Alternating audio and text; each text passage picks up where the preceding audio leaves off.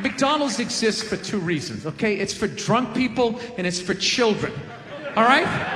That's what this thing is. You know, you're in your car, your kids won't shut the hell up, you go to the drive-thru. You go to the drive-thru, you get a couple of poison burgers, you throw it down their throats, their little systems can't handle it. They start nodding off.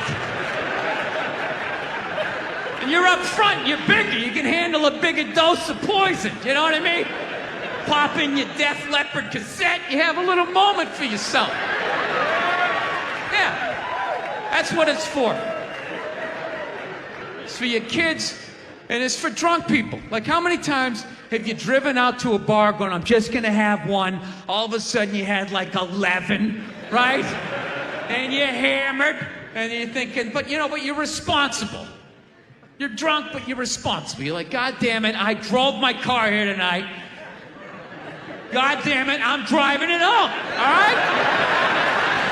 I'm not gonna burden this place of business by taking up a parking space in this completely empty parking lot for the next 6 hours. I am not advocating drinking and driving, but I will tell you, there's nothing better than when all your friends and family know you're hammered. There's nothing better than that walk to the car. It's incredible. Women are screaming, people tearing at your clothes. You feel like you're in the Beatles.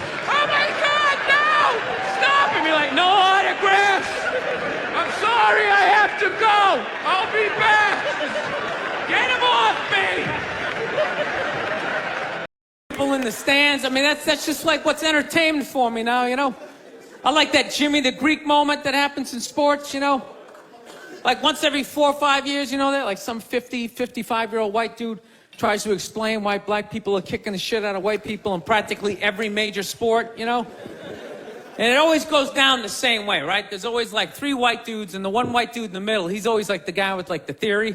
You know, he's always like, it seems these African-American athletes, they seem to have this quick twitch muscle fiber. You know, there's a slow twitch, and there's this quick twitch. And the second the dude says that, like the other 2 white dudes start like sliding out of frame, like, okay, this guy's getting fired, and I'm not gonna be part of this highlight. Nice knowing you, Ned. Keep that seat warm, right? And the dude in the middle, he's just like hell-bent on getting fired. You know, he starts like bringing up slavery. And evidently they were breeding the strongest man with the strongest woman and that quick twitch. And literally 20 minutes later, that dude's on TV, he's like fired, right? He's crying, his family's standing there, he's got like a box of shit from his desk with like an Emmy sticking out. He's like, I don't know what I said, I was just talking about the quick twitch and the slow twitch, and I wasn't just trying to make a point. No, I love that. I love seeing people mess up their careers like that. It's just funny to me. Plus, I gotta admit, as a white dude, on some level, I have to believe in that theory, because it's like, are white dudes that bad at basketball? I can't even watch the NBA anymore, man. It's like every highlight, the white dude's like that, the black dude has like his nuts in his face. Fucking blah! I'm just sitting at home like, for the love of God, tackle the guy. Jesus Christ, get out of the way. Do you ever get tired of those 2 nuts flying over your head? You know you're gonna be on SportsCenter. Just get out of the way. Dude, I'm telling you, there's gotta be something to that theory. I saw this show one time on runaway slaves. It was one of the most amazing programs I've ever seen in my life. Dude, when you ran away as a slave, you just didn't run to the end of the driveway and be like, fuck that job. Just start walking down the street. Dude, you had to like run through whole states. There's dogs chasing you, you're hurdling shit, you're swimming. Those were the first fucking triathletes. And there was nobody helping them out. There was no dude on the side of the road like, come on, man, 2 more states, you're in Ohio. Suck it up, you're looking good, looking good. Yeah, dude, you were on your own. Is it any wonder? 250, 300 years of that shit, and then I'm gonna D you up in gym class? It ain't happening. I come from hundreds of years of alcoholics. I got like half a liver, you know what I mean? It's just...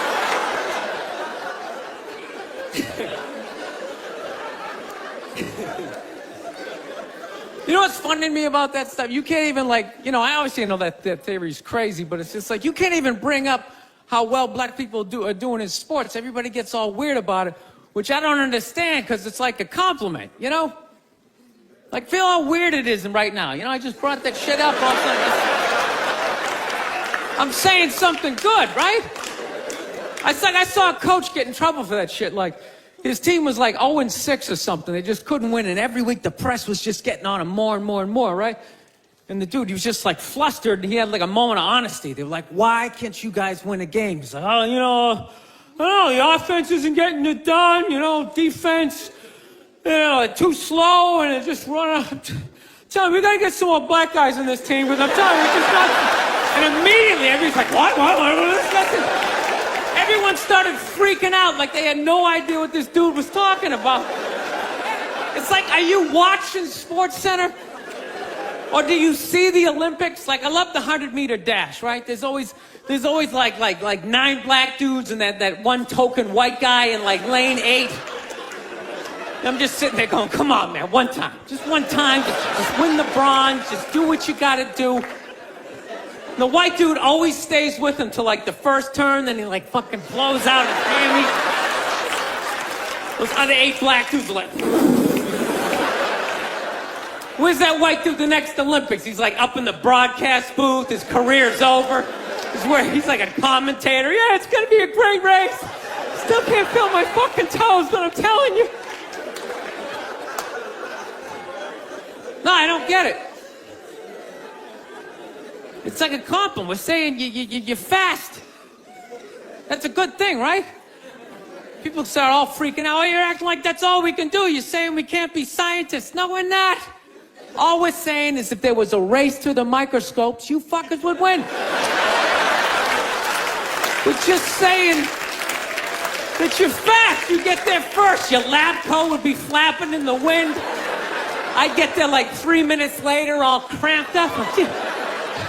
Are you looking at bacteria? No, you go first. You just go first. Jesus Christ. That was a Volvo. The guy ran by a Volvo in street shoes. I've never seen that before in my life. No, I get into those arguments all the time. All the time. Friends of mine will be like, well, how come anytime a black athlete does something, they say it's an athletic move? Anytime a white athlete does it, they say it's an intelligent move. And it's like, well, fair enough, man. It just depends on what you're doing. You know what I mean? It's like, you know, if you read a defense, white or black, that's an intelligent move, right? But if you take off from the foul line, jump over 9 other dudes and throw the shit down, those other 9 guys aren't standing there like, fuck, why didn't I think of that shit? Here I am dribbling around, guys. That's some superhero shit. She had like a cape flapping in the wind with a big S on your chest.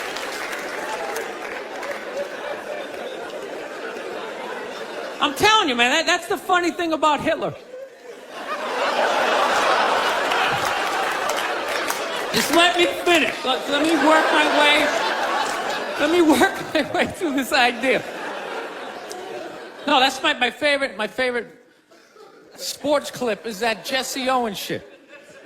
I just love it because their whole angle was fucked up. He made Hitler leave in like the 3rd quarter, right? He's putting down his number 1 finger, just fucking walking out of the stadium. Jesus Christ. Their whole thing was like, we are going to create a superior race. It's like, dude, I think we accidentally already did that. Yeah, we send a select group of people to the gym every day for a couple 100 years. It's paying dividends. They're fucking dunking on us every day. Dude, how quiet was that limo ride home with Hitler? You know what I'm saying? You know he was talking crazy shit when they were on the way there. They were all amped up. We are going to dominate, Sieg Heil, just going off. That whole ride home, they're just sitting there all quiet. You're sitting next to an even angrier than usual Adolf Hitler, trying to make some sort of small talk, like, It is one nice day, isn't it? You know, nice boots. Been in a bad mood all day, man. Got in a fight with this girl the other day. You ever meet somebody like within like the first couple of minutes of them meeting you, they feel like they can like sum you up? Just like, you know what your problem is? You know, you just have like the urge just to take their head and just mush it into whatever they're eating, you know? You ever have crazy thoughts like that? Can you relate on any level? You never have like urges? You ever drive down the street and see like 30 people up on the sidewalk and you just think, right? You don't do it, you just think it. That's what separates the psychos from the functioning psychos. Yeah, psychos, they just do it. All right, that's a good idea. They get the wipers going, they make a day out of it, right? But a rational person, you like think it through. You start going, man, if I just leave my hand right here, nobody knows who I am. I move it 2 degrees over here. I'm on the cover of Newsweek. I'm instantly famous. Right here, no one knows me. Like, hey, Bill, you want to go to the cookout? Maybe you could bring that potato salad you brought last year. It was such a big hit. One of the most horrific scenes we've seen in years. Bodies just strewn about. You know, Amy's gonna be there. She's still asking for you. You should ask her out. No indication he even tried to stop. Seriously, you're getting older. Put your hands on the dashboard. Put them on the dashboard. You have those? All right.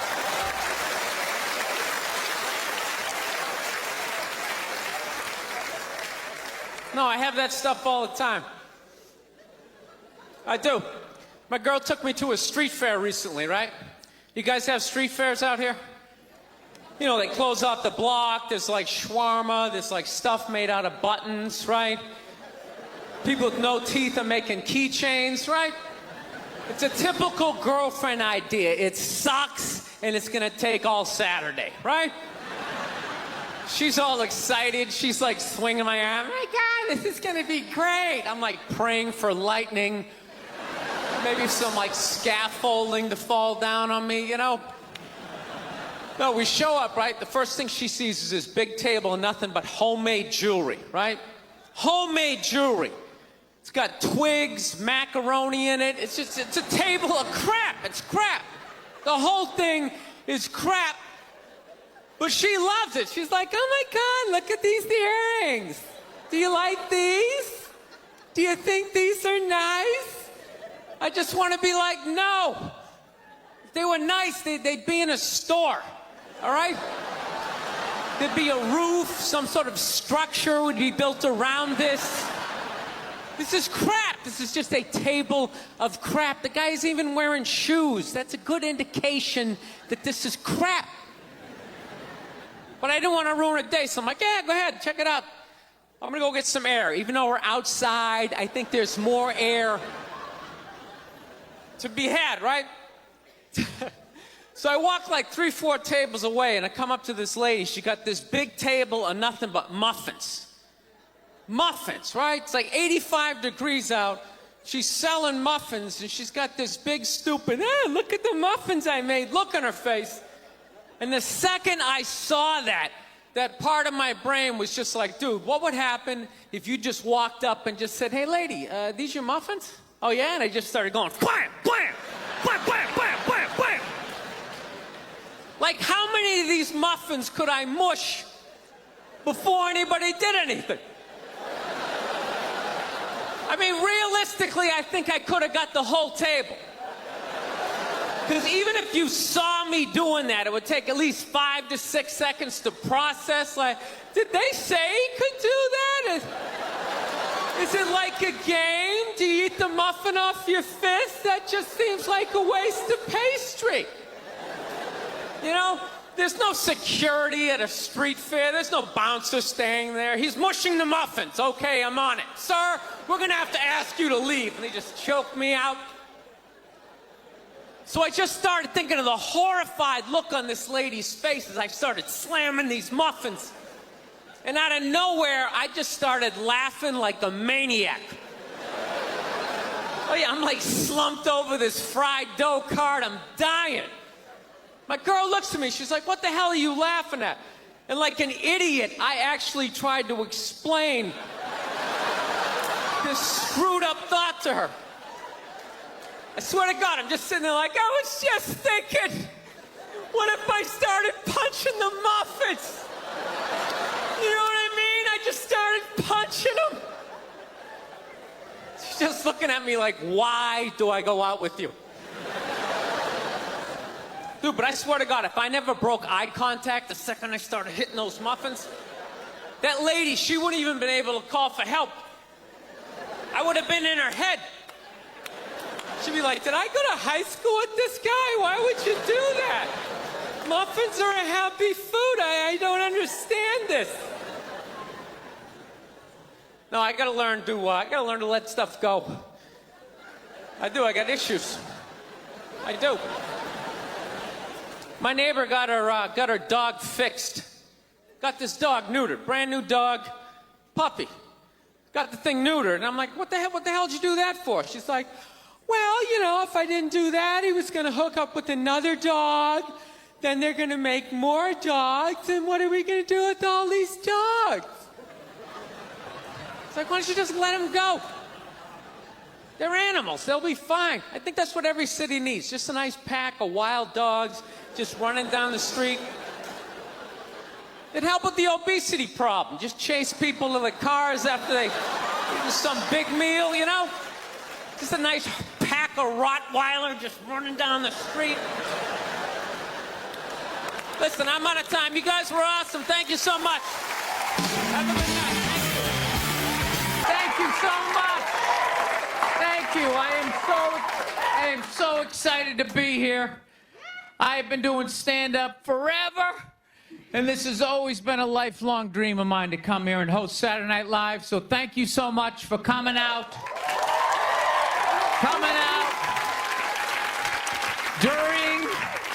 During these difficult times, you guys all look like surgeons with your masks on. Makes me feel comfortable that you're wearing masks. I like people who wear masks. That's good. You're listening to the eggheads. The people we all cheated off of in high school, right? Keep listening to them. And then if you don't wear a mask, that doesn't bug me either, right? Take out your grandparents, you know? Take out your weak cousin with the asthma. I don't care. It's your decision. There's too many people. It's a dream come true. If you're that dumb, and you want to kill your own family members, by all means do it. Stops you from reproducing. It's literally a dream come true. And speaking of dreams come true, did you see Rick Moranis got sucker punched on the Upper West Side? New York is back, baby! New York is back! Yes! We lost our edge there for a minute. City started looking like a giant Bed Bath & Beyond, and then bam! Oh, Ricky took one in the chops. It had to happen. That's what happens when you stick an M&M store in Times Square. All right? The universe has to balance itself. Get the peep shows back in Times Square. Old people can walk safely 40 blocks away. I don't know. I'll probably get canceled for doing that joke, you know? How stupid is that cancel thing? They're literally running out of people to cancel. They're going after dead people now. They're trying to cancel John Wayne. It's like, yeah, dude, God did that 40 years ago. They're all up in arms.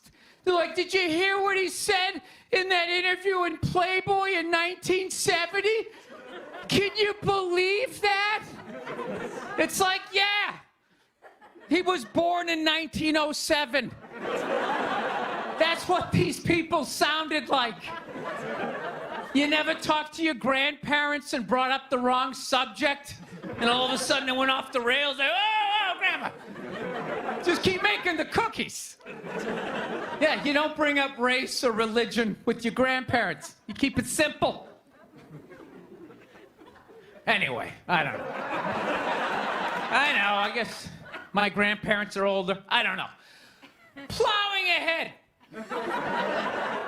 Plowing ahead. Let's talk white women here, shall we? Let's talk white women. White women, you're amazing. Amazing your accomplishments over the last few years. I got to tell you, the way white women somehow hijacked the woke movement, generals around the world should be analyzing this. Just to refresh your memory, the woke movement was supposed to be about people of color not getting opportunities, the at-bats that they deserved, finally making that happen. And it was about that for about 8 seconds. And then somehow, white women swung their Gucci-booted feet over the fence of oppression and stuck themselves at the front of the line. I don't know how they did it. I've never heard so much complaining in my life from white women. My life is so hard with my SUV and my heated seats. You have no idea what it's like to be me. Trashing white guys, the nerve. Where's the camera? The nerve of you white women. Listen, I don't want to speak ill of my bitches here, okay?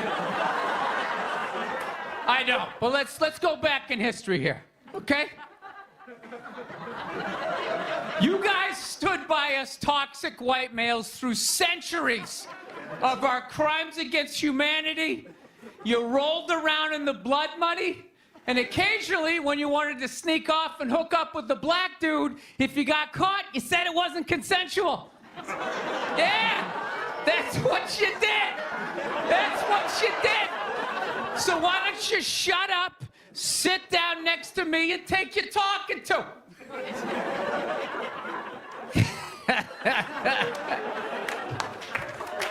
Thank you. So, I haven't been in New York for about a year. You know, I was here last year. I was shooting a movie. Had a great time with Judd Apatow, Pete Davidson, and all the guys. Yeah, had a great time. And I hadn't been here in like 13 years, and I immediately noticed how extra crowded the city was. And I was getting all claustrophobic. I'm like, what's going on? How much of people not using safe sex and making all these babies, you know? So I finally walked up to this old New York door guy, and I was just like, dude, what's going on? What's with all these people here? And he was just like, oh, no, don't worry. He goes, it's June. He goes, it's Pride Month.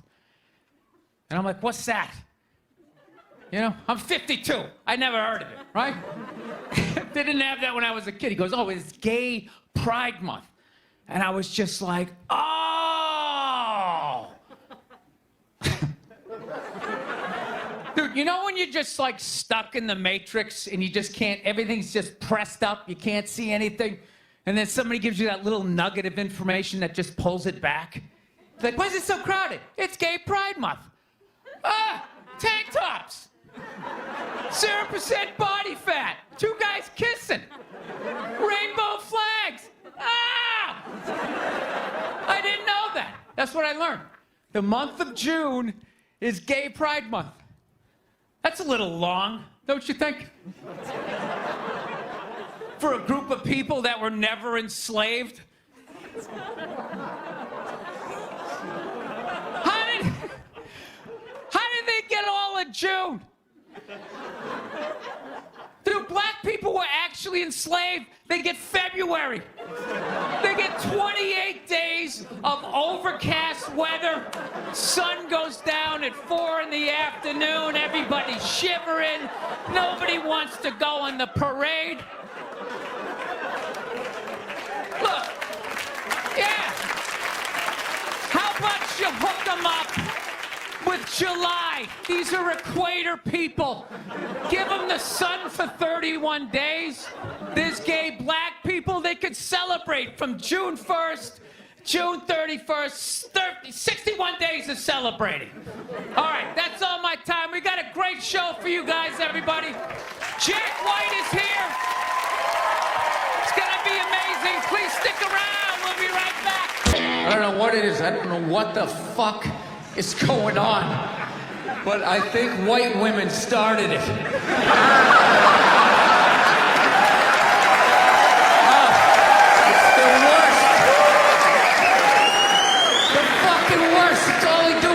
Moan and complain. I had no idea how difficult it was to be a white woman in the United States of America.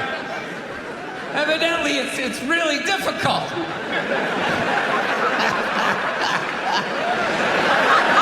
Yeah, they're always bitching. Do you have any idea what it's like to be me? Well, I imagine it would be slightly less awesome than my life.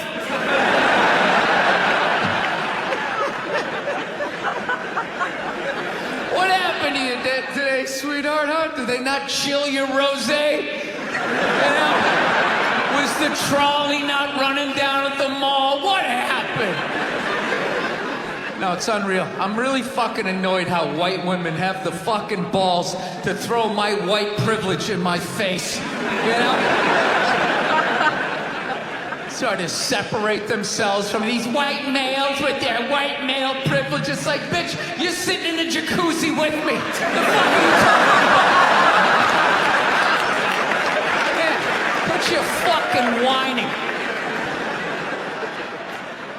You know what? You're full of shit. You are.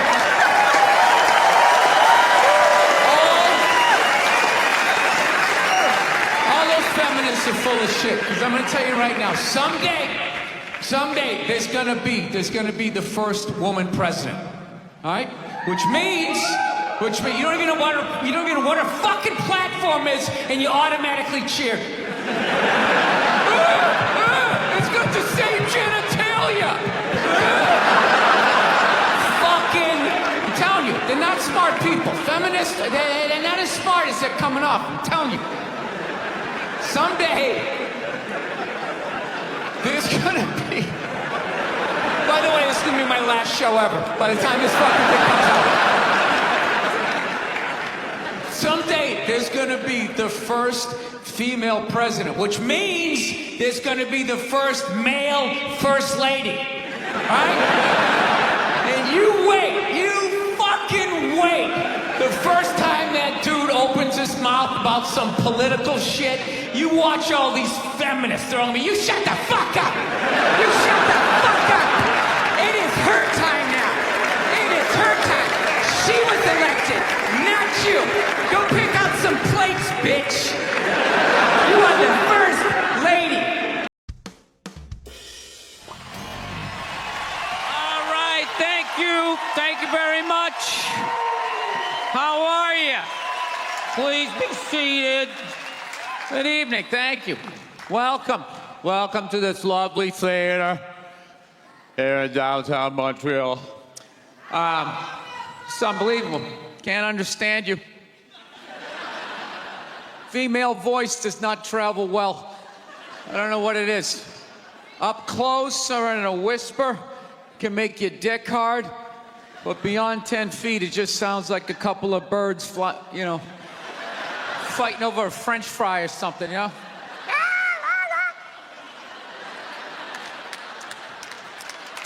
There you go.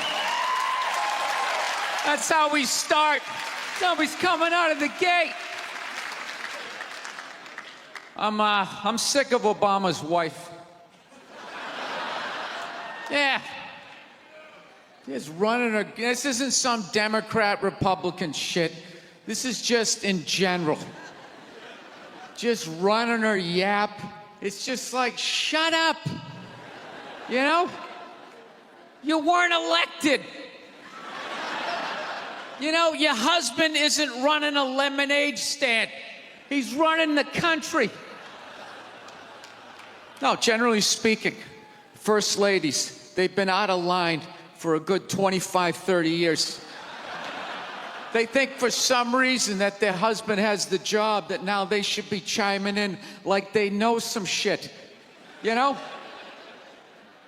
Dude, if you had a leak at your house and you called the plumber and the plumber comes in and he starts fixing it, what would you do if 5 seconds later his wife, who isn't a plumber, comes walking in? Well, I think we should route it over here. It's like, shut up! Just because you're fucking the plumber doesn't mean you understand plumbing. Okay?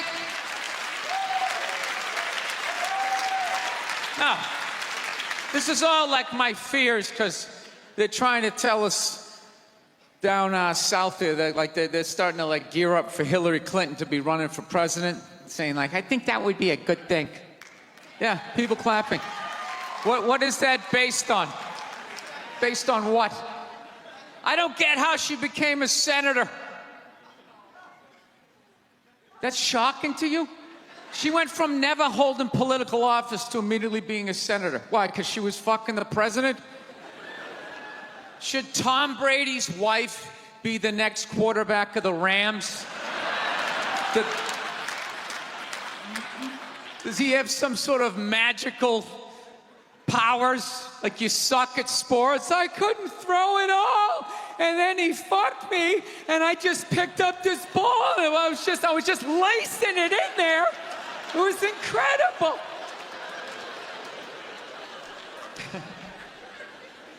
Dude, it all started with Nancy Reagan. That's where it first went off the rails, you know? She came out with her little bird body, you know, just her big head. Just came walking out, say no to drugs, and people off your heroin, say no to that. She just walked back. Hillary had her stupid health care plan. Obama's wife's running her yap on 60 Minutes, you know? I gotta give it up to the Bushes. They had their women in line. They did. Barbara never said shit. She smiled every once in a while. She threw something in there. George W.'s wife, I don't even know her name. Stu was in office for 8 years. I don't even know her fucking name. What's it, like Beth or Paige or something like that? He had her on lockdown. Going out there tonight, I'm giving a speech. And when I say something and they laugh, you're gonna nod. You're gonna smile, and you're gonna nod that head.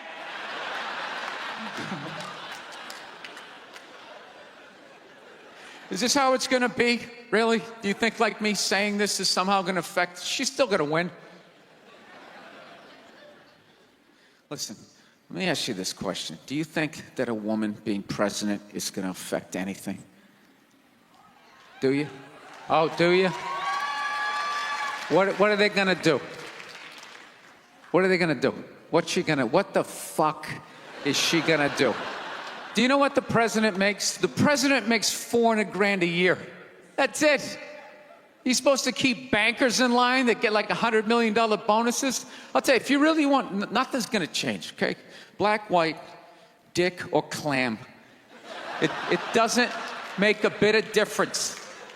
Nothing is gonna change until somebody's got the balls to start a group, go over the wall of one of these gated communities, and you start slitting some throats. And not just random throats, the right throats. You gotta climb up a tree, be up there with your scope, knowing that in 11 fucking minutes your life is gonna end, right? And take out many of those people as you can. Yeah. Other than that, it's just gonna be a pair of tits saying the same shit to you. I'm staying in a hotel, everybody.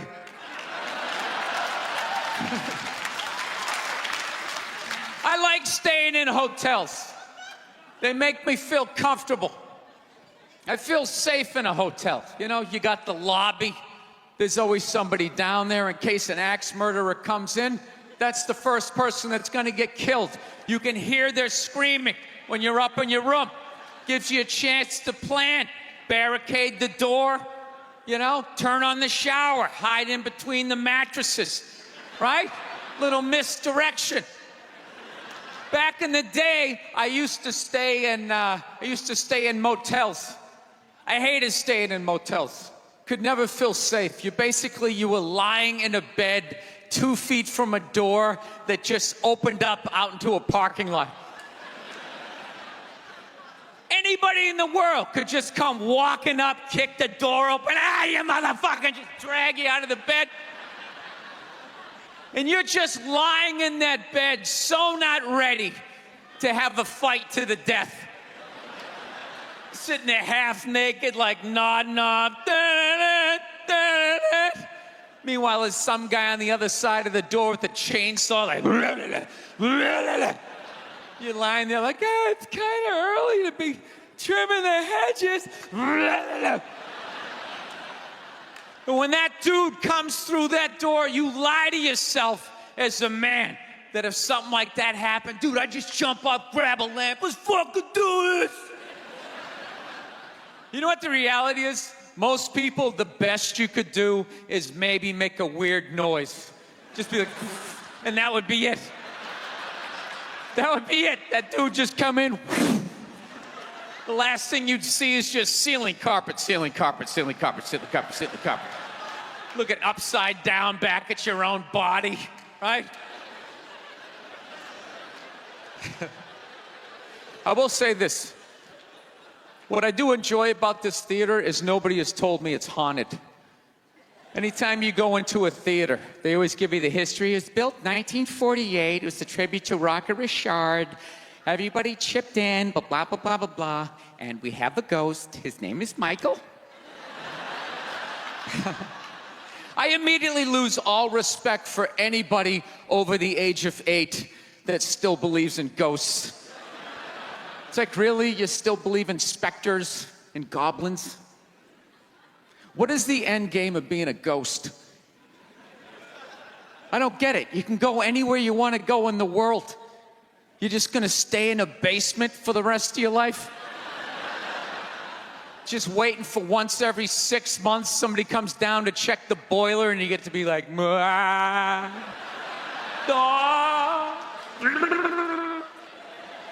wouldn't you go somewhere? Dude, I'd fly right to Washington, D.C., fly right into the CIA building, just start sitting in on meetings. Like, these guys are out of their fucking minds. Fly to the Super Bowl, go right into the huddle. I always wondered what they talked about. South, man, I had a real weird experience last time I came down here. I was in Nashville, right? Sort of an awkward social situation, right? I'm sitting at this bar. There's this white dude sitting like 2 stools away. I don't know him. He doesn't know me. And that Terrell Owens story was in like sports news. So I try to make conversation. I'm like, man, look at this guy. This guy just signed a $40 million contract. He's already bitching, man. How much money do you need to make? And the dude looks at me. He's like, you know what I say? And then he looked over his shoulder, which I now know is the telltale sign that the N-word is coming. And it's coming hard. Oh yeah, it's not going to be pronounced with the A, it's going to be with the R. And he hit the R, he like stuck the landing. It was like a dismount. Klan members high-fiving in the background, like doing the wave. Just out of nowhere. So now, immediately, I'm looking over my shoulder like, dude, what the hell are you doing? You know what I mean? I'm waiting for like this hail of black fists to come raining down on top of me. I hate when people do stuff like that. That dude made me part of like a potential ass kicking that I had nothing to do with. You don't do shit like that. He just had that word, hot potato, just threw it in my lap. Trying to pass it down to the next white dude. I hate when people do that, man. You know, it's like, dude, feel me out first. Ask some questions. Do you like to fish? Have you ever fucked your sister, right? I start rattling off answers, then you go old school. You give me a pamphlet, you tell me about your militia. Don't just dive into it. That dude was one of the angriest people I ever met. I should have known that word was coming, because he was just watching Terrell, right? And anytime I would bring up, look at man, that guy's talking trash, he would just like flip out. He won't shut up! You know, those people get like so mad they're not even looking at you. Their eyes are up. You just shut up and play the game! You know what's funny? I don't even like Terrell, but now I love the guy. Because every time I see him talking trash, I know this idiot in Nashville is just losing his mind, like kicking over his kitchen TV. Shut the fuck up!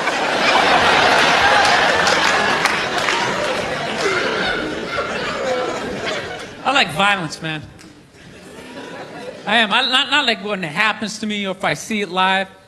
I like watching it on TV, you know? Watching people, you know, get attacked by animals. Just get blasted in the face or something, you know? Like, I'm a huge sports fan. You know my favorite, like, moment of, like, the last year was in sports? That Detroit Piston, Indiana Pacer, bench climber and brawl. Wasn't that great? That was one of the greatest things I've ever seen. I was so confused when I watched ESPN that night. They were like, that was absolutely disgraceful. Basketball fans, they just must be a little. I'm sitting there looking like, I'm a basketball fan. I loved it. I thoroughly enjoyed watching out-of-shape civilians get the shit kicked out of them by professional athletes. It was fascinating. And I think as sports fans, we kind of had it coming, right? Because how many times you gone to a game, right? You got a little too drunk, you started screaming at some dude on the field who could clearly kick the shit out of you, right? If you saw him in the parking lot, you'd be like, hey, can you sign my stamp collection? I think you're awesome. You get in the game, you're all drunk, you're like, you suck, buddy! You're a piece of shit! And they're always calling him up, come on up here! No, come on up here! Well, they came up there. They did, and they kicked the shit out of everybody. It was great. It was like a cartoon. You're like beating up whole rows of people at once, like... I loved every second. I love how Ron Artest punched the wrong guy. Wasn't that great? He taught that dude a valuable lesson in life. When shit goes down, you don't just stand there like you're watching a movie like, wow, it's coming right at me. Must be in 3D or something. That was a 5'6", 110-pound white dude had an angry 6'10" black dude running right at him. That had to have been in his top 3 nightmares all time. Right behind getting his dick cut off and being lit on fire. And he just stood there.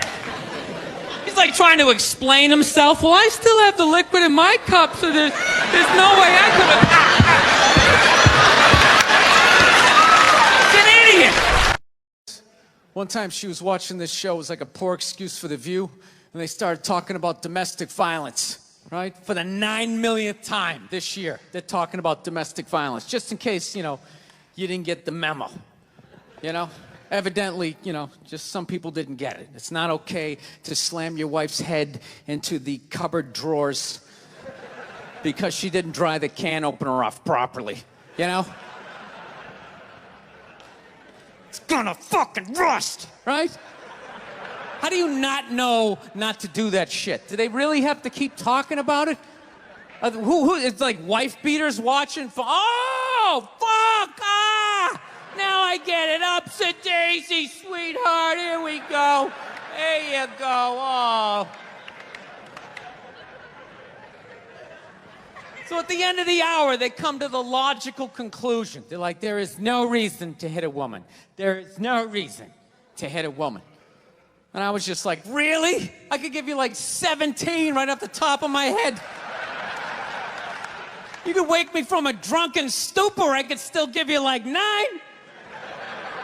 Dude, there's plenty of reasons to hit a woman. You just don't do it. But to sit there and suggest that there's no reason. Dude, the level of ego behind that statement. What are you, levitating above the rest of us? You're never annoying? Women, how many times have you thought about slapping your your fucking guy in the head this week. There you go. Every day. You didn't do it, right? Oh, dude, it drives me nuts. There's no reason. There's no reason. Really? No reason? How about this? You marry a girl, you fall in love, you buy her a house. You go to work every day, paying off the house. You come home one day, she's banging the next door neighbor, hands you divorce papers. You got to move out, sleep on a futon, and still pay for that house that she's going to stay in. No reason. I'm not saying you should do it, but there's plenty of fucking reasons in that arc of a story. No, that's the thing. Really is. That's the thing. I hate that saying there's no reason. Obviously, I'm not saying to hit a woman, you know? But saying there's no reason, I think that's crazy. When you say there's no reason, that kills any sort of examination as to how two people ended up at that place. If you say there's no reason, whew, you cut out the build-up, you're just left with the act. How are you going to solve it if you don't figure it out? Look how awkward it is in here right now. I said you shouldn't hit a woman. I'm just saying, how come you can't ask questions? You can only ask questions about what the guy did. You can never ask about the woman. Why is that? Why is that? What is that? What does answer him right mean? What does that mean? Are you the idiot who got up halfway through the special during the bit and you're like walking around like I'm not fucking taping a special here? What's wrong with you? What's wrong with you? Fucking had to ignore all of that and now you're gonna like yell out? And not only that, yell something that makes no fucking sense whatsoever? Answer him! Answer him! Every fucking special I do, there's always one. Always right down the fucking middle. Talking about hitting women, sweetheart. And I think you just added another reason. Jesus fucking Christ. You love this. I'm not even in a relationship with her, and she's fucking nagging me.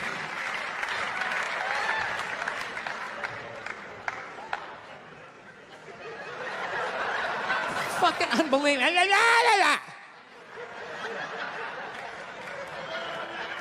Look, I understand hitting a woman's a bad thing, okay? Well, how come you can't fucking ask questions? I just don't understand. Like, if I get bit by a rattlesnake, wouldn't you guys have some questions? Right? How did it happen? Did you not see it? Were you fucking with it? How did this snake get so mad it almost killed you?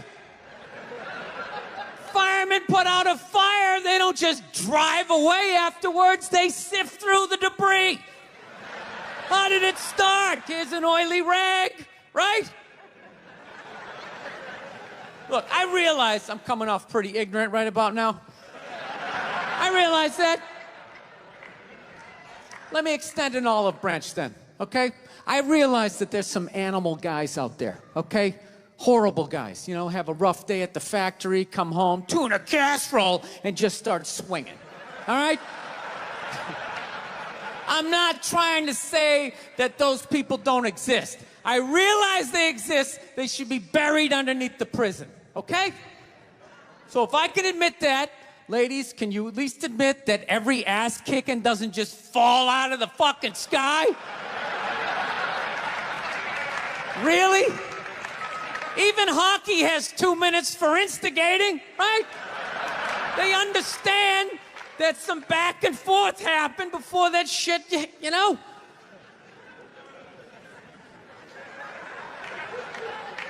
You know what it is? It's every case is handled like that Rihanna one, where they just say, the guy's a piece of shit, fuck this guy, blah, blah, blah, send him to jail, and then they never ask anything about that. You know, I'm not saying he should have done it, but I'm just saying. Just saying, dude, in your heart of hearts, what do you think was going down before that happened? You think she was just sitting there going, oh my God, Baskin Robbins, you want to get some ice cream? And he fucking,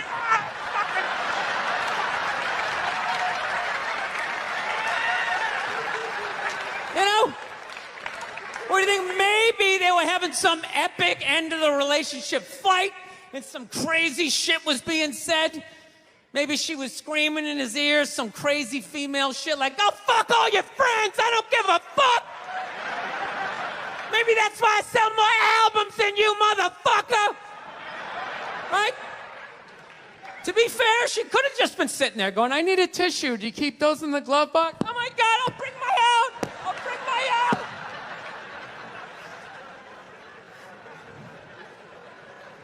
Now, fuck that, because you know what it is? They never address how women argue, which I think is a core of a lot of that shit.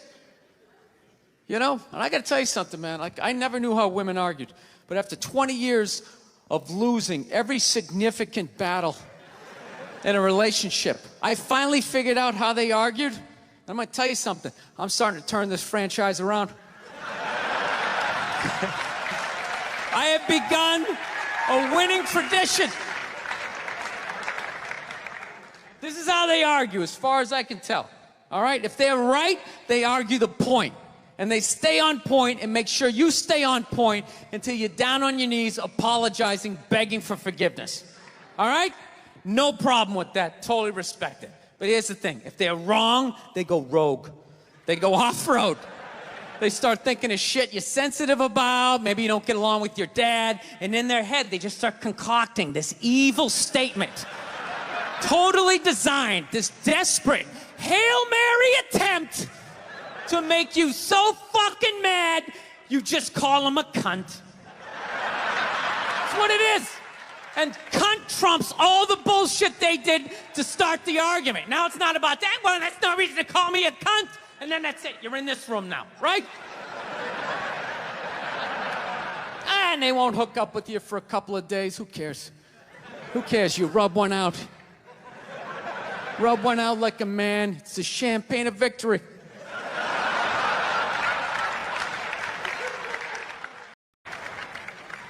I want to get a gun.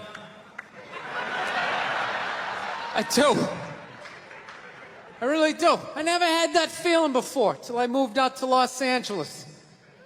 This city just messes with your mind, you know? It's overpopulated, technically doesn't have a water supply, right? The dollar's crashing. Shit keeps you up at night. You're just thinking, what am I doing when the zombies come? Right?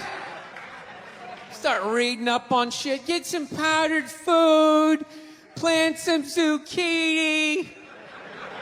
Get a windmill. Right? And that's all well and good. But if you don't know how to fight, all you're doing is gathering supplies for the toughest guy in the block. Right?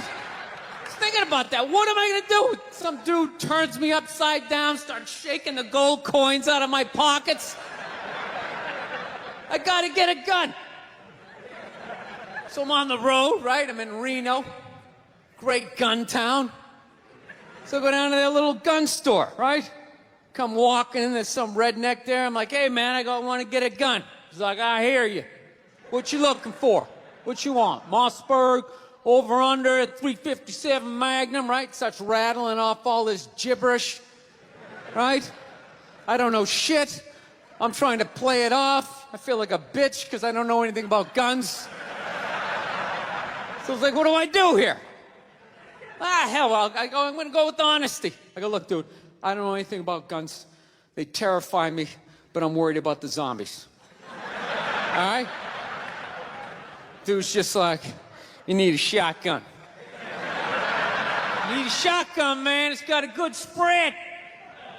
It's easy to load, doesn't have a lot of working parts, got a good spread. He kept saying that. It's got a good spread. I'm like, what does that mean? He goes, well, it means you ain't got to be that accurate. It's got a good spread. Further away you are, the more shit you hit. Got a good spread. In fact, you got a problem over here, you ain't even got to look. You just turn, wow, that's it. You ain't got a problem over here anymore. Anything that was even remotely a problem ain't there anymore. Trust me. And then these people here, they saw what you just did here. You ain't got a problem here either. Feel me? 90 degrees taken care of right there. One shot. These people get smart, flip it over. Wow! That's it. He's got a good spread. So I'm like laughing my ass off. I'm like, dude, look, I just want to shoot the guy. I don't have to do a bunch of drywall work, you know? Reframe my diploma, get my parakeet another friend, you know? I just want to shoot the guy. So I'm like, you know, how about one of these pistols? So he does like that classic, like that redneck trailing off thing, like, you want a pistol? Go ahead, get a pistol. What do I know? I've just been here 20 years. Get a shiny one, right? So I was like, dude, what's wrong with getting a pistol? He goes, I'll tell you what, buddy. Because life ain't a movie. You feel me? I'm like, no. Can you please stop speaking in these backwoods riddles? Can you just say what you're saying? I told you I don't know shit about guns. Come on, do me a solid here. He goes, well, look, you ever watch a movie? Guy go, blah, blah, blah. He kills 3 people. Real life, man, you miss. You miss all the fucking time. You miss enough times, man, you're empty. You might as well be standing there with a big stapler in your hand. Then what you gonna do? I was like, well, fuck it, let's get the shotgun. So he's all ready to box the thing up, and then I'm like, wait a minute. I live with my girl, I can't just show up with a shotgun, right? That's not some shit you can just come home with. If I found this stool on the side of the road, I can come home with this. Look at it. We can refinish it. We can carve our initials in it. We can have a good time, right? They just show up with a shotgun. Hey, I got it for us, right? One barrel for you, one for me? No. So she kiboshes the whole thing. Till the other night, somebody broke into our car sitting in the driveway. Starts fucking with her head, right? So she starts reading up on guns, you know? She's reading too much, because now she wants to get one, but she's just like, well, I heard you got to keep the bullets in the safe, keep the stock in the garage. And then what? Then what? I run around the house and assemble it? There's some dude's chasing me with an axe? You know? Are you even thinking this thing through, sweetheart?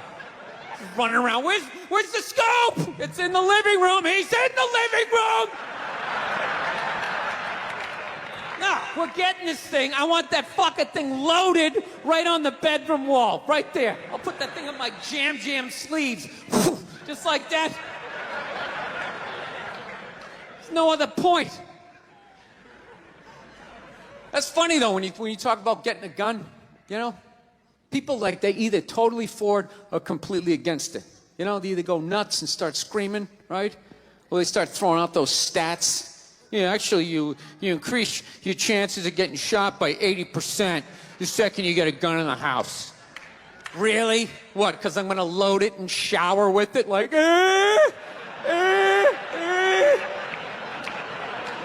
The fuck? I know it's dangerous. You get a pool in your backyard, you immediately increase your odds of drowning in your backyard, right? You couldn't do that before, now you step on a rake, in you go. No, I'm telling you, I don't buy into any of that shit.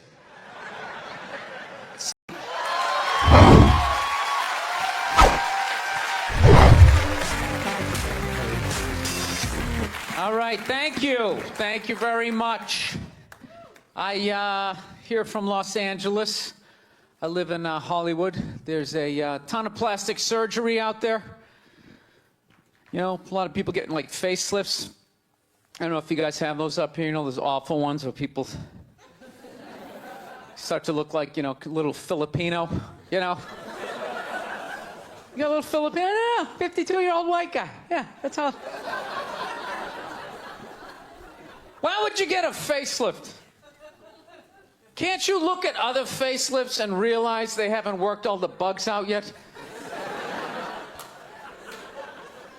People, if you're thinking about getting a facelift, just do yourself a favor. Just wait it out. Let them practice on other people's faces. You know, didn't we learn anything with hair plugs?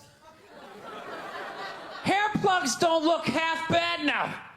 Saw this commercial the other night. The guy's like, oh, God, I wish I did this 10 years ago. It's like, no, you don't. 10 years ago when they were stapling ant legs to the top of people's heads.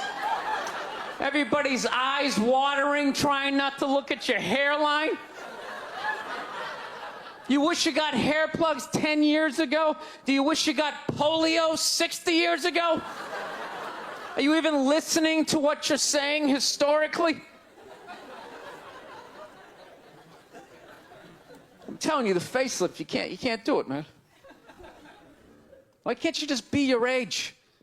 There's nothing wrong with being 50 and looking 50. Like, what would you rather be, 50 and look 50, or be 50 and look like a 28-year-old lizard? That's basically your options, right? I'll tell you what the problem is, is that the facelift is actually a white problem. I've never seen a black guy with a facelift, ever. Other than like the Jacksons, but they're all out of their minds, right? But I've never seen a black dude with a facelift ever. You know why so many Caucasians get facelifts? You know why? Because we don't know anything about lotion. See that? That should have been a bigger laugh, but there's too many white people here. I'll help you out. You can put lotion in other places other than your dick. All right? If you ever wondered why your dick looks brand new, but your face, you're starting to look like an aging pirate. Because you need to increase the circumference of the lotion distribution. No, I'm not judging you. I didn't put lotion on my face the first 33 years of my life. Never put it on. To the one night I was hanging out with this black girl, right? And a couple times during the night she took it out, put it on her elbows, problem areas. I thought she had like a rash or something. Like, what do you got, like poison ivy? She goes, no, you get like a little ashy. I went, ashy? She goes, dry skin. I went, oh. I guess that kind of offended her. It's like, oh. She's like, well, white people get ashy too. I was like, yeah, I don't think we do. I've been alive for 33 years. No one has ever said, hey, Bill, you're looking a little ashy. I never even heard that word until you said it. She's like, you're an idiot. Stick out your arm. So I stick out my arm. She just goes, it's like pastry flakes flying off. Track marks. She's like, you see that? That's ashy. What's up? All right. Thought I just got itchy in the winter.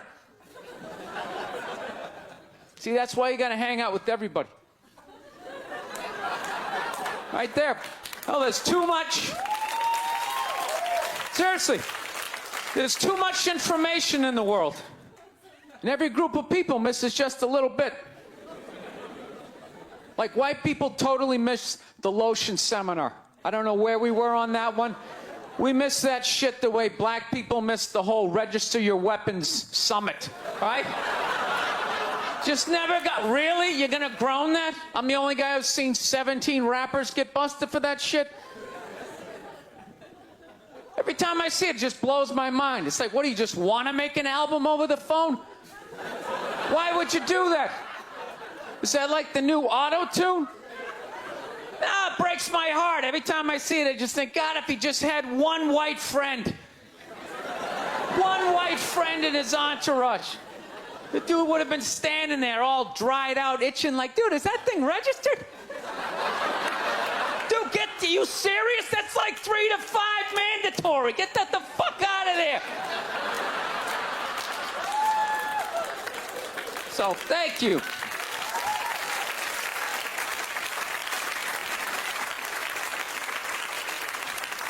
So, Schwarzenegger just got busted down on the States, yeah? That poor bastard, huh? Jesus Christ, another great man. Another great man brought down by another gold-digging whore. No? You don't think so? You don't think that was a great man? Really? 3 decades of awesome movies. Bangs one made and now you don't like him. Tell you something, that's a great man. He is. First of all, I get why he did it. Why wouldn't he think he could get away with it? Look at his life. Look how he talks. That guy should be unloading trucks in Transylvania. That should have been the height of his success. But because he's a great man, he had the balls to move to America and became famous for lifting weights. I lift weights, no one gives a shit. He stands there, people can't get enough of it. That should have been the height of his success. He says, fuck that, I'm gonna be an actor, despite the fact no one can understand me. Becomes one of the biggest actors of all time. That should have been his height. He says, fuck that, I'm marrying a Kennedy. Bam! He does it. Cherry on top, he becomes governor of a state he can't even pronounce. Why wouldn't this guy think he could bang his maid in his own goddamn bed and not get away with it? This guy has been in the zone for 4 decades. Give me the rock, I'm feeling it. I had a hit movie with the midget. This is a layup. I don't even need a condom. You guys are great. Thank you very much. Thank you. No, I took mushrooms back in February for the first time ever. You know?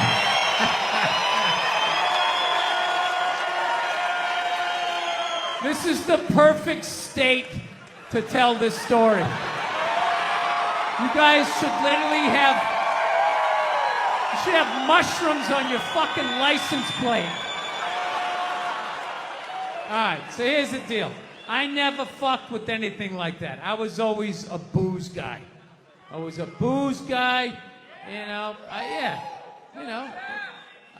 relax everybody. I always get nervous when I get white guys going like, yeah, all right, woo, build the wall. I'm fucking around. Relax.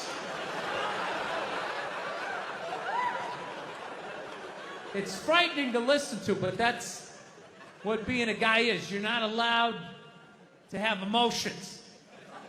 So that's all of that shit comes out when you drink. Do something dumb so I don't feel stupid.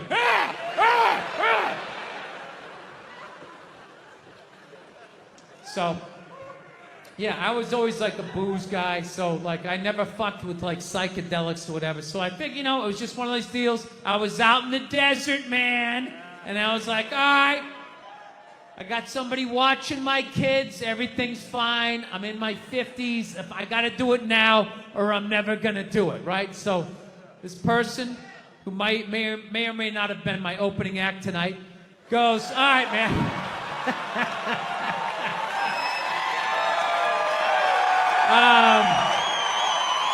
He's a good man. He says to me, he goes, all right. He goes, okay, just take like, it's always just like, all right. So, like, how fucked up do you want to get, all right? And there's always like a square, and it's like, okay, don't eat the whole square. Just like bite one corner, lick the other one, and then rub the other one and let it absorb in your face or whatever. So I'm like, all right. He goes, how far into it do you want to go? I go, I just want to trip a little bit, nothing fucking crazy. So he goes, fine. So I ate just a little bit. So I get a little nauseous or whatever. At first it feels like I ate some weed, but then all of a sudden, like I notice shit that's not alive looks like it's breathing, right? Like the refrigerator looked like it just did a lap around the house. It's kind of... Nothing threatening, It's just like, it needed it, TV started getting bigger. It's looking like it's gonna fall on me. All right? And I was doing fine. I was like, I know that TV's not getting bigger. And if it is, I don't give a shit. Go ahead. Spill that pixelation all over me. I don't give a fuck. I know I'm tripping. I'm having fun. I'm giggling. I'm laughing at shit. I'm putting things together, right? And everything is fucking great.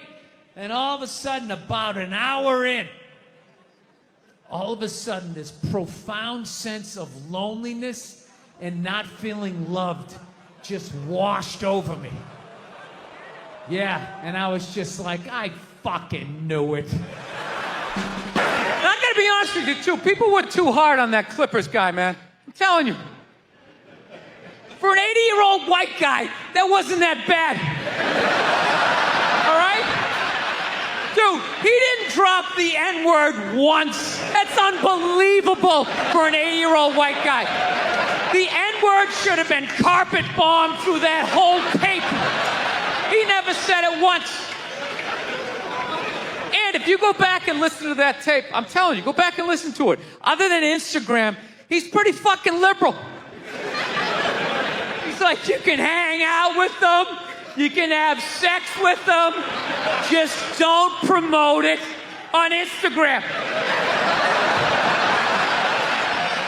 It was the weirdest, most compartmentalized, like, racism I ever heard in my life.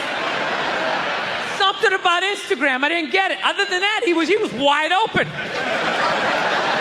You can make a snowman with them, go to a water park, rub your bellies together.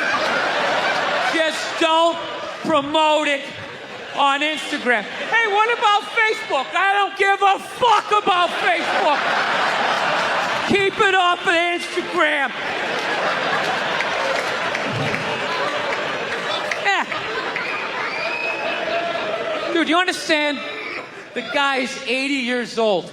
Do the math. This dude was born in 1934.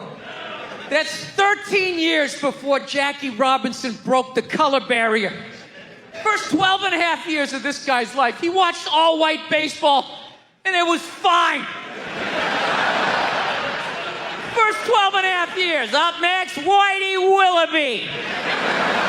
There's a line shot out to Peter Peckerwood. What a catch! Unbelievable into Chris Cracker. What a great day. What a great day for a ball game. White baseball, white players. Dude, his parents were part of the generation that finished off the genocide of the Native Americans. All right? That's who taught him his ABCs. I'm telling you, you can live too long. You can live too long. I'm telling you, you wear out your welcome.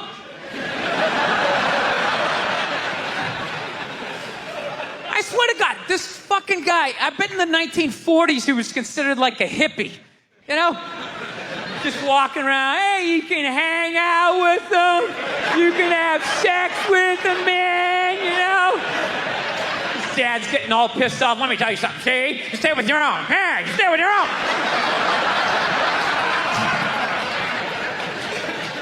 Life can pass you by. It happens. You know, you just keep living and living and living. You know what it is? I think you got like 25, 30 years to absorb as much as you can. And then that's it. That's all you know. Because right around then, you get married. And it's over. Right? You have a couple of kids. You're sucked in the bubble. You don't have time to pay attention to what's going on in the world. You're just stuck with these kids. It's shitting all over the place. Don't be a serial killer. Don't touch that. You're just stuck in that. You have 3, 4 kids. That is a 25-year sentence. Trying to get them all through college. Society just keeps fucking going. You get the last one through college, you step back out of the bubble, just... You don't know what happened. You're not even paying attention. You go back to your old record collection. Right?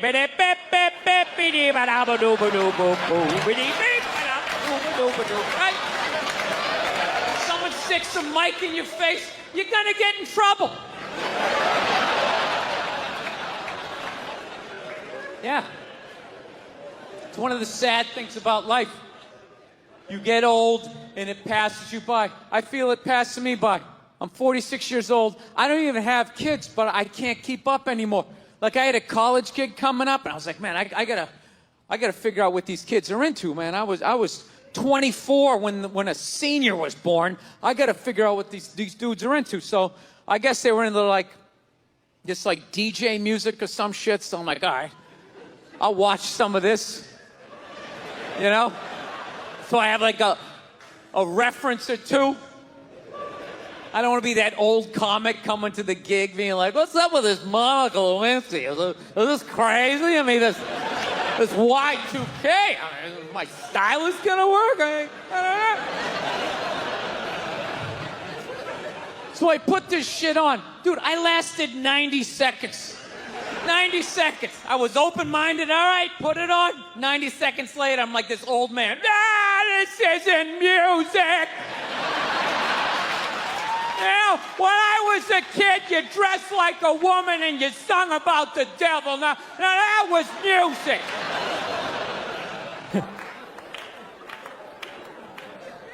Actually, I got a couple of friends of African persuasion, and I got to get rid of them, man. I got to admit to you.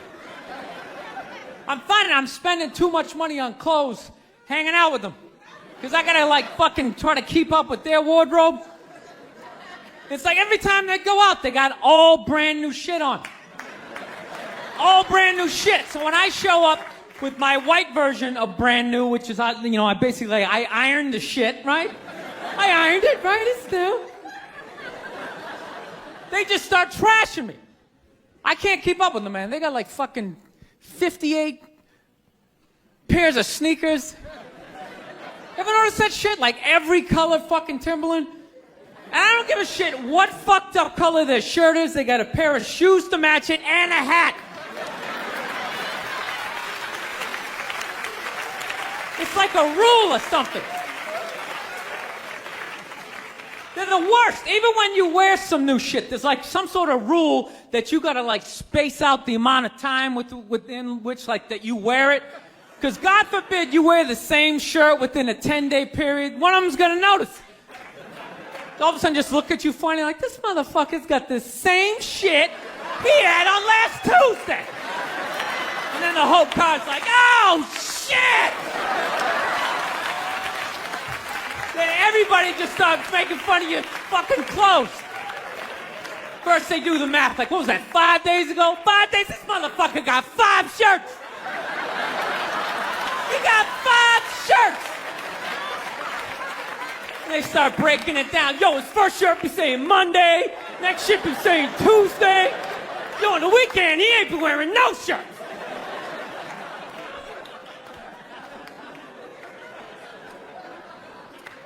I'll tell you, it's actually funny. You know what? That's actually how I judge black guys now. When I first came to the city, like, all black people scared me. No, I was like the typical white dude from like the suburbs, you know what I mean? Had no frame of reference, you know? So my only frame of reference with black people was like, remember those early 90s gangster rap videos? Throw the fucking LA riots in there, man. It was fucking horrible PR. I'm watching the videos, look, he's got a nice car, he's got all the women, and he's still fucking mad. These black dudes are never happy. But after 10 years of living in the city, this is how I narrow it down. Whether a black dude scares me or not. Black dudes with dirty sneakers scare the fucking shit out of me. No. I figured out in my head, because I know from hanging out with them, that's the last shit that they're gonna let go. The immediate shit that they have on. So I think, you know, if his sneakers are fucked up, that means his life is fucked up. Every time he leaves his building, the whole neighborhood, oh, shit! Everyone starts making fun of him. He's on the train in a bad mood. I kind of have this howdy-doody, kind of mug-me kind of face. I'm not saying something's gonna happen. I'm just saying, I'm paying attention. So I've been seeing this girl recently, this black girl, right? She lives up in Harlem, you know, gone out like 3-4 times, you know. First time we hung out in like the Village area in New York, you know, which is sort of like a racially mixed area. So shit was cool, you know what I mean? Second time we hung out was more like Midtown, you know? Then the third time, she called me at like 3:30 in the morning, and she wanted me to come up to her apartment, right? So it's 3:30 in the morning, she lives in Harlem, I look how I look, so it's a fucking situation.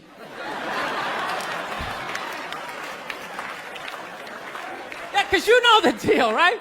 Basically, a white dude feels comfortable up to about like 98th, 99th Street, you know what I'm saying? The second the streets start getting into like triple digits, like 100, 101st Street, start getting like a little asthma, like, ah, fuck, it's starting to get a little high up here. You feel that little tightness in your chest? Can you feel that? 106th Street, you're like leaning on shit like, dude, where'd all the cabs go? How come there's no taxis up here? Dude, what's a bodega? I don't know what that is. Let's get the fuck out of here. So I'm praying to God she's going to tell me to take the subway, get off at like 105th Street, 103rd, you know, which is like the first stop in Harlem where I can still look over my shoulder and see like all the white people like disappearing over the horizon, you know? But she goes, no, man, you want to get on the Uptown 2-3 train, you want to get off at 125th Street. I'm like, God, fuck, 125th Street. Jesus Christ, that's like right in the middle of everything.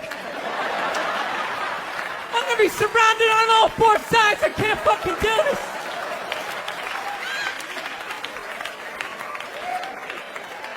So, at this point, I'm really trying to hide like the bitchy tone that's starting to creep into my voice, you know? And I'm trying to ask for really specific directions for when I get up there, because I want to know exactly where I'm going. So she starts naming the streets I have to go down, and every other street up there is named after like a black leader, you know? She's like, make a left on Adam Clayton, take a right on Frederick Douglass. I'm like, ah, fuck, Adam Clayton. Yo, dude, go on the internet, look up Adam Clayton. Did he kill a bunch of white people during the slave revolt? Dude, I ain't going up there till I know what Adam Clayton did. Fuck this shit. So at this point, I'm really having a battle with myself. Because I'm thinking I can't do this, right? I'm like, I can't do this, but my dick's going, no, come on, man, we can do this, all right? Just relax. Pull yourself together and get on the goddamn train, right? So as always, I listen to my dick. Oh yeah, I get on the train. By the time I get up there, it's like 5 or 4 in the morning, right? I'm staying on like Malcolm X and like Danny Glover or some shit, right? I don't even know where the hell I'm at.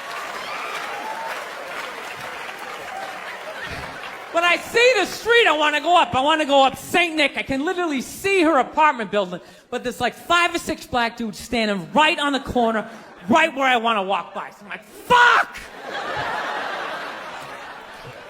I felt like I was on like some reality show at that point, like some sort of like white guy survivor. It was ridiculous. So I'm thinking, I gotta walk right by these guys, right? You know what's funny? I think that they were actually more surprised to see me than I was scared, you know? And I was really, really scared, you know, but I'm also really, really white, you know?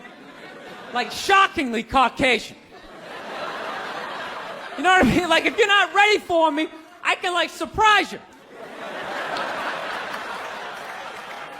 No, especially if you live up there. You've probably seen a white person for hours, possibly days. So when I show up, it's almost like magical. Like a leprechaun came out of nowhere, you know? Felt like I should have had like a little pot of gold, like a rainbow behind me. Top of the morning to you, latte. Kind of dance my way past them.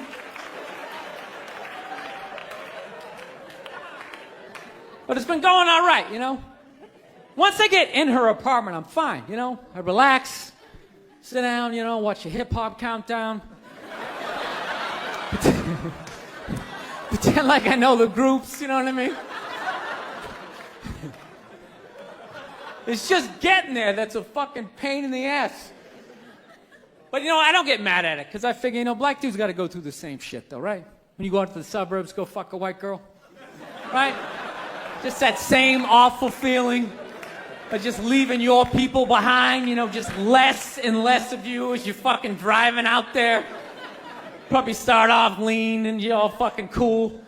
20 minutes in, you're driving like 10 and 2, the radio's off. Like, dude, I don't like this shit. I don't like this shit at all. There's too much grass, I don't see any rims. This is fucked up. None of the windows are tinted. I can clearly see white people in every car. This is fucked up. Listen, you guys were awesome. Thank you so much for coming out. South, man, I had a real weird experience last time I came down here. I was in Nashville, right? Sort of an awkward social situation, right? I'm sitting at this bar. There's this white dude sitting like 2 stools away. I don't know him. He doesn't know me. And that's... Yeah, I grew up in a very, like, angry time. You know, like you were afraid of your dad's dad. I've talked about this shit before, but I'm still working through it, so just bear with me. You just were fucking... Yeah, like, I love seeing kids nowadays loving their dad. Like, Dad, what's good? Want to go play, Dad? Let's go ride bikes, Dad! Dad! Yeah, when I was a kid, I was like, Dad, fuck, Dad! Fuck! Run! Open a window! Mom, what did you see in that? Fucking lunatic, right? It was absolute fucking lunacy. And not just my house. I love my parents, but it was just the time. Like, everybody was fucking crazy. You were afraid, and people could put their hands on you, and other people's dads could hit you, and then you come home, oh, what the fuck did you do? I'll fucking hit you first, I'm just nuts. Teachers would grab you, dig their nails into your fucking neck. She'd come home. Well, she wouldn't have done that unless something fucking happened, right? It was all of that shit.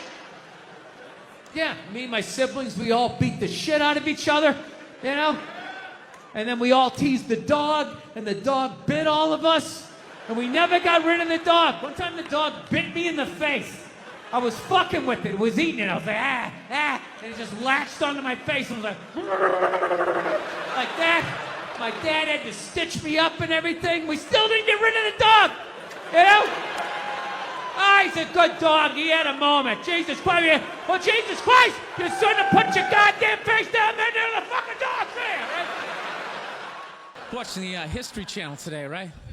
Yeah, this whole like 3-hour special on Adolf Hitler, you know? Here's a question for you. How come you never run into anybody with the last name Hitler? You ever notice that? That guy didn't have any relatives. You know, he didn't have like a cousin, like Ed. You know, Ed Hitler, he's a plumber, right? Shows up to work on time, you're a little late, he covers for you. You know he had relatives. They all had to change their last names. I'm fascinated with that level of evil, right? Like, you're so evil, they have to retire your name. Like, that's it. It's over. Shut it down. They just take your name out of that baby book list of names. Just erase it. Think about it. For the rest of the time, no one's going to have a beautiful baby and be like, you want to call him Adolf? Is everybody cool with that? Can you imagine? Oh, thank you. Can you imagine being that much of a though? Like, whatever your name is, the day you die, Steve, that's it. No more Steves. You see that, dude? There's only a few names in history like that, right? Like, nobody has a friend named Attila, right? Anybody hanging out with their buddy Judas tonight? You're not. And that's a cool name. You set up one Messiah to die, that's it, it's over. They're having like the retirement ceremony. They're bringing your jersey up to the rafters. You're standing baseline with a bunch of other psychos getting high fives and stuff. It's a weird grading system though, you know what I mean? Because look at a guy like Jeffrey Dahmer, man. That guy murdered and ate over like 30 people. People are still calling their babies Jeffrey. He must have been pissed. It's like, dude, how many people do I gotta eat to get a little damn respect around here? Anybody can kill him, I'm eating him. Ooh, you stabbed him. Fire up the grill. taking this to a whole nother level. Mustard, he had like a moment of honesty. They were like, why can't you guys win a game? He's like, oh, the offense isn't getting it done, defense, too slow, and it just run out. Tell me, we gotta get some more black guys in this team, because I'm telling you, it's not. And immediately, everybody's like, what? We realized that, I don't know, we always fight about the television, so I'm like, well, what about documentaries? Why don't we just tape something we both like? We both love documentaries. They're fun, right? You watch them, you learn something, you repeat it at a party, people think you read. So I tape, first one I tape is on Elvis Presley. So I sit down and I'm watching this documentary as a white dude, which is what I am. I'm looking out my white head, watching this white shit. It's coming back into my white eyes, getting whiter by the fucking second. Right? Now my wife, on the other hand, she's black, right? So she starts watching this shit as a black person, right? And she's seeing all the racism, obviously, that I'm seeing, but she was catching all this subtle shit that I was too white to see, but I knew I was missing it, because I just kept hearing her huffing and puffing, just sitting next to me being like, and I'm just sitting there like, okay, somebody did something. I don't know what just happened, but I don't think that was good. So right when I didn't think it could get any worse, it could get any more uncomfortable between the two of us, this fucking white dude comes on who evidently discovered Elvis. And he's like 190 years old, and he comes out, starts talking. He's just like, well, basically, I was looking for a white boy that could take the down and dirty, nasty blues and combine it with the pristine, angelic sounds of bluegrass. Yeah, that's what he was doing. He was subtly putting black shit down here while he was propping up the white shit. The down and dirty, daddy not sticking around, drug-infested neighborhood blues with the Jesus as white as me, hair the color of the sun, angelic bluegrass playing music, right? So at this point, my wife has like fucking steam coming out of her ears, so I make a judgment call. I just fucking shut it off, right? And she looks at me, she's like, why did you shut that off? Why did you shut it off? I was like, because you're about 3 minutes away from yelling at me like I produced this music. You know why so many Caucasians need facelifts? Because we don't know about lotion. See that? Only half of you laughed. That should have been everybody. Yeah, but a lot of you were sitting there like, well, what about lotion? What is this lotion you speak of, and what is the magic therein? I'm not judging you. Not judging anybody. I didn't know anything about lotion. Never used it the first 33 years of my life. Never used it. Till one night I was going out with this black girl, right? She was getting ready, and she was just putting that shit on everywhere. Just slathering it on. I thought she had like a rash or something. I'm like, what do we got, like poison ivy? What's going on with you? She goes, no, I'm just making sure I'm not ashy. I said, ashy? She goes, dry skin. I went, wow. I guess I freaked her out a little bit because I was like, wow. She's like, well, white people get ashy too. I was like, yeah, I don't think we do. Yeah, I've been alive for 33 years. No one has ever said, hey, Bill, you're looking a little ashy. I never even heard that word until you said it.